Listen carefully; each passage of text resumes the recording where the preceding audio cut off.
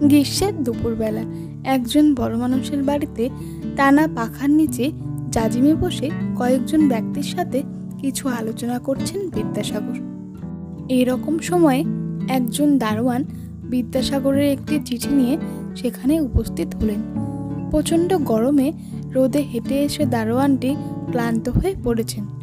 তার সারা গা ঘামে ভিজে গেছে। এই দেখে বিদ্যাসাগর দারোয়ানকে নিজের কাছে ডাকলেন।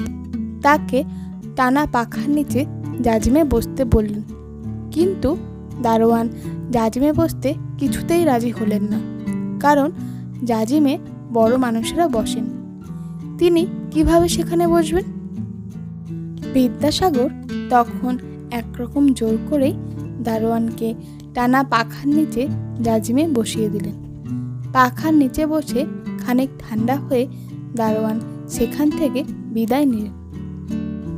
দারোয়ান চলে যাবার পর সেখানে উপস্থিত গণ্যমান্য ব্যক্তিরা বিদ্যাসাগরকে বললেন, আমরা যে আসনে বসে আছি সেখানে একজন সামান্য দারোয়ানকে বসিয়ে আপনি ভালো কাজ করেননি।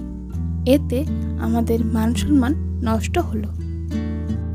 বিদ্যাসাগর বললেন, আগে বিচার হোক, পরে আমাকে দোষী করো। বিচার কিভাবে হবে?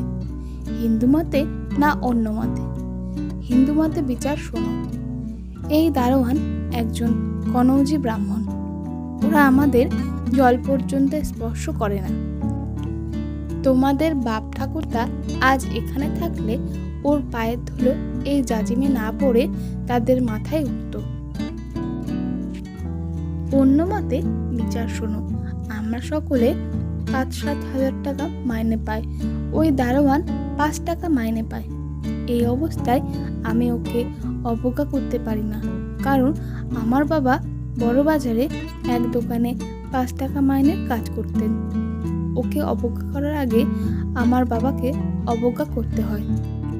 হয়তো এখন আমাদের মধ্যে এখানে কেউ কেউ আছেন যাদের বাবা কিংবা ঠাকুরদা 5 টাকা মাইনের কাজ করে গেছেন। বিদ্যাসাগরের মুখে এই কথা শুনে সকলে লজ্জিত হয়ে পড়লেন। সাধারণ মানুষকে অবজ্ঞা করা যে কতটা অন্যায় সেটা তারা বুঝতে পারলেন।